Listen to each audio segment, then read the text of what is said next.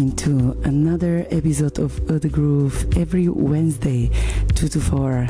Today we're running a little bit late, but with the amazing guest that is playing this incredible sound so far here with us today, it's actually Laidlaw. He is coming all the way down from London, visiting our beautiful city here for an exclusive show this Friday in Brown Alley. Definitely check it out. And yeah, quickly saying hi. Hi, what's going on, people? It's Reese here, Laidlaw. Yeah, happy to be in Melbourne, and yeah, thank you for having me on your show. And I can't wait to play on Friday. So yeah, gonna be good. Thank you, W.A.V.E.S. Thank you.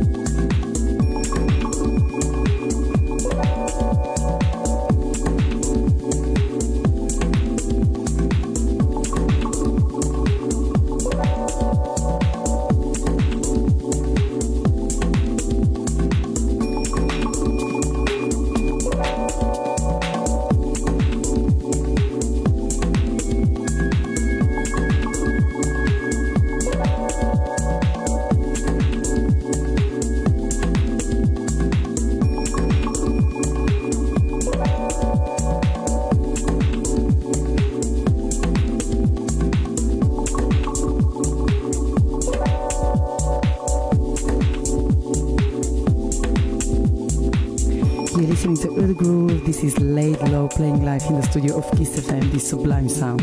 Enjoy. We're gonna be together until 4 in the afternoon, wherever you guys are. I really hope you are enjoying your day. Tune in.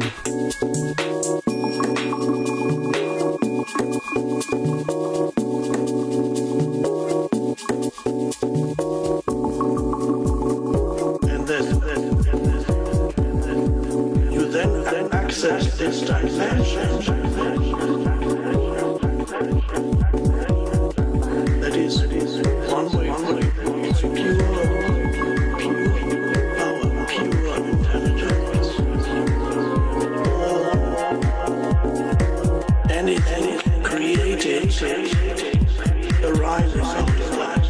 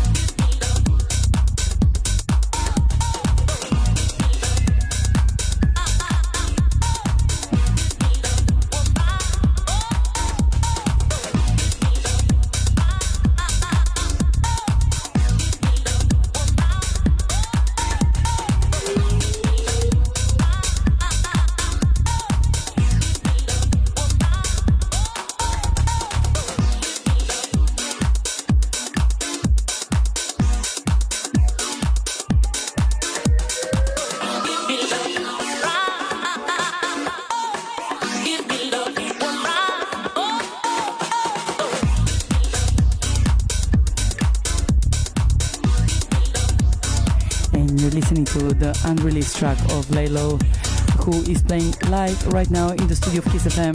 Tune in until 4 p.m. We're gonna be all together. Thank you. See you soon. See you soon. Let the groove.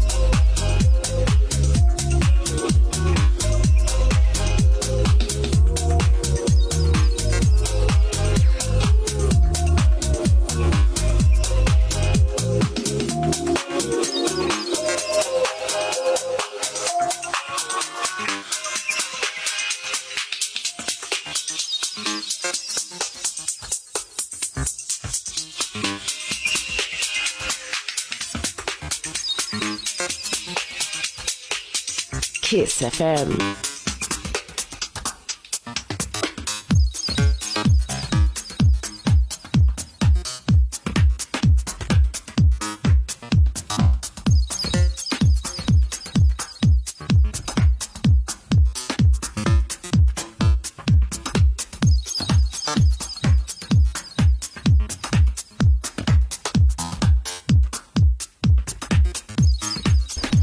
And here we are back into the studio of Kiss FM. You're listening to EAU DE GROOVE, and our very special guest here with us today, it's Laidlaw. Welcome. Hey, how are you? All good? Fantastic. All the way down from London, you came to Australian land not a long time ago.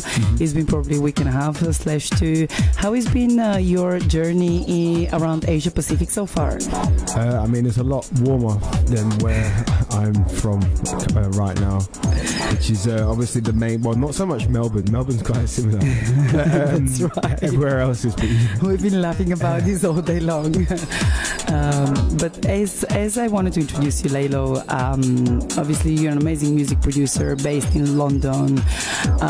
You've been playing all around the European and international scene for the last maybe, let's say, 5 to 6 years, and you play quite a lot with the label called W.A.V.E.S, very big in London. How's your journey around the music industry, especially into the underground music scene, been for you in the last 10 years since you entered this music adventure? I think it's just been a case of going out and starting as someone that was on the dance floor and not even caring about the DJ, essentially just the music. That's what I kind of fell in love with, pre Instagram days. Pre Instagram days, that's right. Instagram was there, but you couldn't upload a video if you wanted to because it wouldn't let you. Yeah. And then it had to be over like 15 seconds. And that love for partying, connecting with people, coming together is kind of still there, and I'm lucky that I'm able to still essentially party but get pay for it. It's like, essentially it's that, I don't know, I feel like that's the part that is the easy part when it comes to DJing.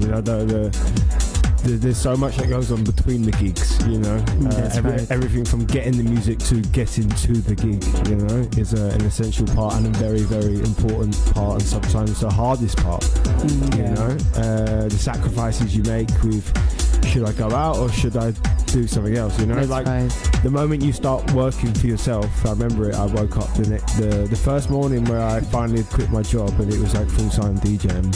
I woke up in the morning, I think it was a Monday, and I was like, oh my god, I don't need to go to work. I was like, shit, that means I need to work. I need to get, but a different type of work. It's that sense of like, if I don't do nothing, no one else is going to do it, so you need to. And I think having that attitude, that's right, as well as a consistent love for partying and music, essentially. I think I like music more than partying, if I was to put it on a scale of what I like more. Which I think helps as a DJ as well. I think keeps the balance. When you start liking music, you start liking partying a bit more than the music, and sometimes you get a bit lost, is what I find. It's happened to me many times in the past.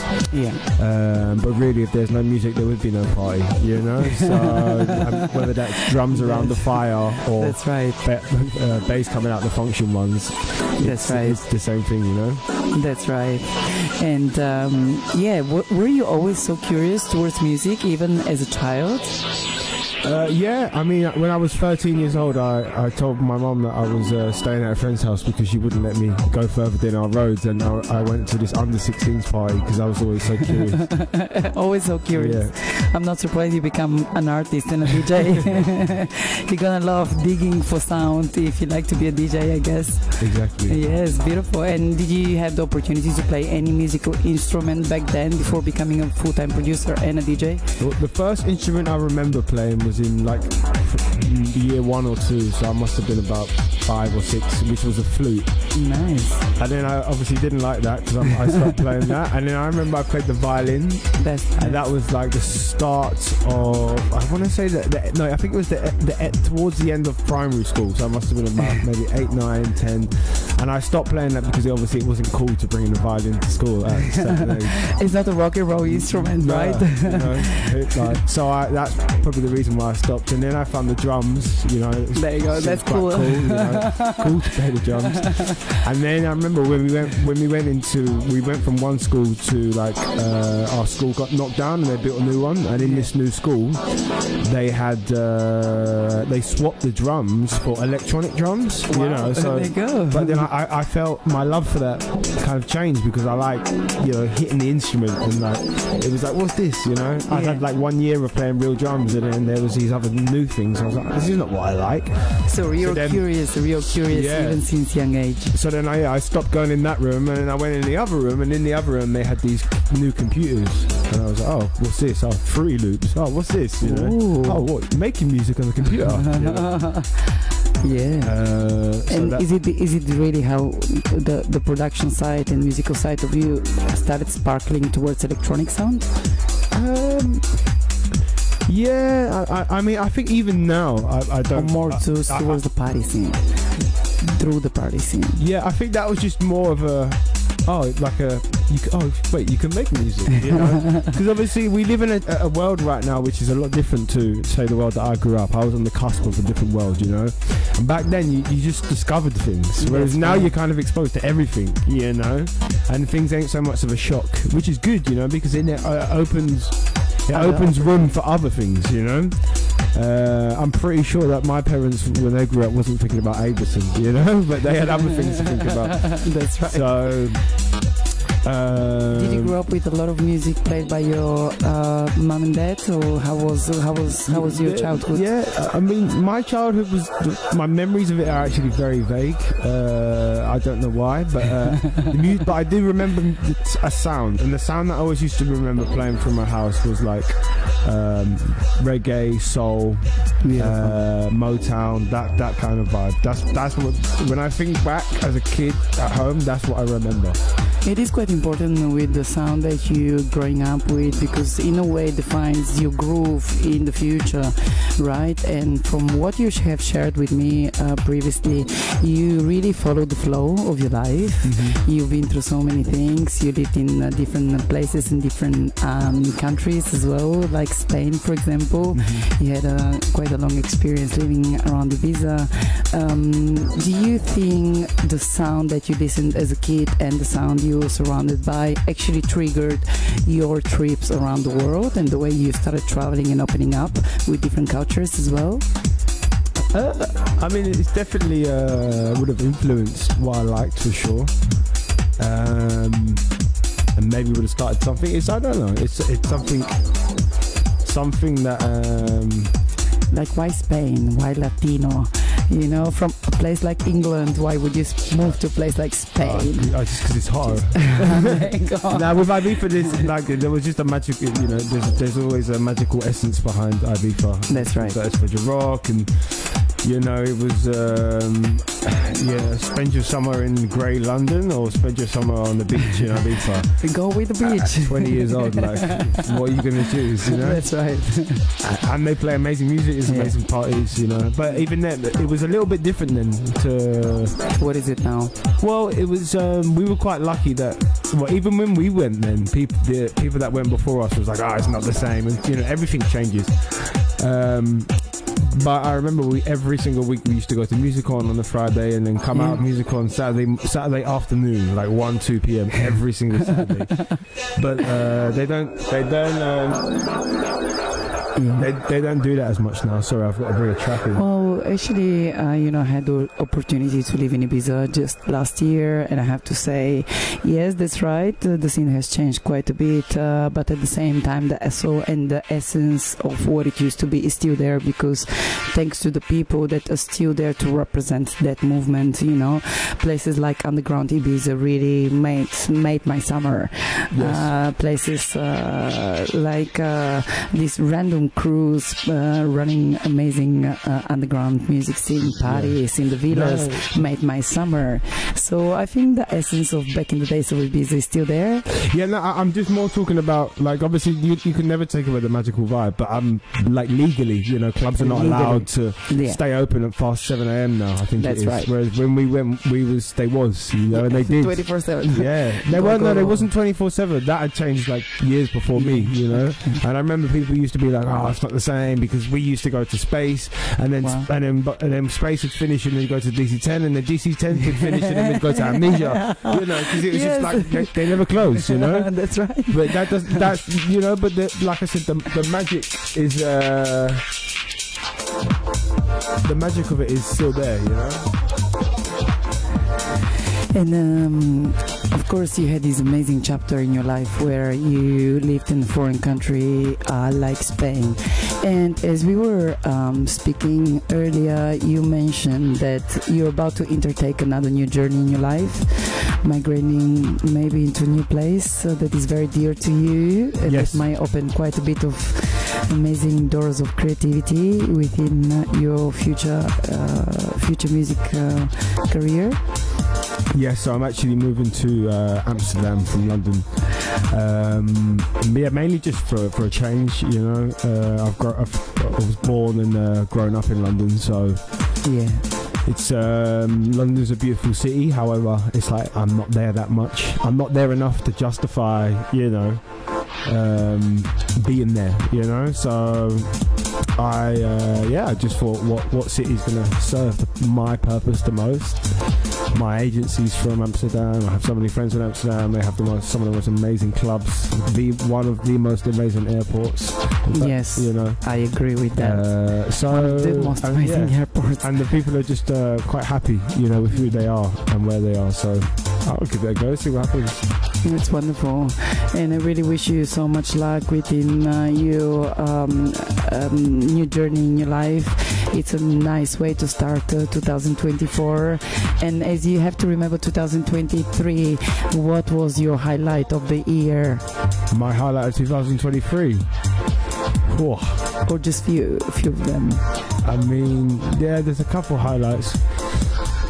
To be honest, you know what? I swear to God, there was a lot of weeks this year where people used to say, "Oh, how was your weekend?" I was like, you know what? It was amazing, but so was last weekend, the weekend before that. It was amazing. It's just, yeah. I don't have any.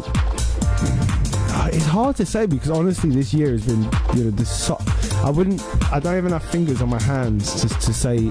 I could start from my earliest memory, which I really remember, was Printworks, but that feels like 5 years ago. Yeah, you know? And it was only 1 year ago. No, it was this year. Yeah, you know. So that was in March, and then you had like Gotwood's always amazing, Glastonbury, Dimensions Festival was incredible. All the BU parties that we've done this year. Beautiful. And how about the way you ended this year, which is with Subsonic Music Festival? Exactly, and the year's still not even ended, you know. Yes, and the year's not even ended. It's coming, it's getting there. We still have a few more, but no, Subsonic is one of the best festivals I've been to. Wow, that's a and big I've been to quite a few festivals, so I'm not a festival expert or nothing. However, I've been to enough festivals to know, you know, like to know how much effort has been put in for the people, and not for financial profit, because it takes a lot of money to put these things on, you know. So that's right. It's been part of something bigger than you. You know, it's actually shifting the human race, inspiring humanity towards a different way of behaving, and all the sustainability aspects of Subsonic Music Festivals were really next level, mind blowing, and the amount of effort they put into the different types of crafted handmade sound systems that they just blew our minds in each individual stage. I guess that was a big highlight. And let me tell you something, your set at Subsonic was actually one of my highlights of the festival. I really liked the way you used the CDJs. You truly went with the flow. You allowed yourself to be experimental till the end, and I appreciated that so much. Thank you very much. No, I really enjoy it. For me, when you have a situation like that, where the crowd's amazing, the weather's amazing, the sound system's incredible, the booth and the dance floor. You know, that is what you dream for, you know. So situations like that, I think you have to, well, essentially, if you create the best environment, and you'll get the best out of the artist, you know. That's right. And then the people on the dance floor will have the best time, and then it just all resonates and works. And yeah, so hats off to all the Subsonic crew. You know, obviously it's not. Yeah. It's always a big team that goes. You know, a lot of work. A lot of work. Yeah. Yeah, that's right. And I know you just recently came out with a new EP.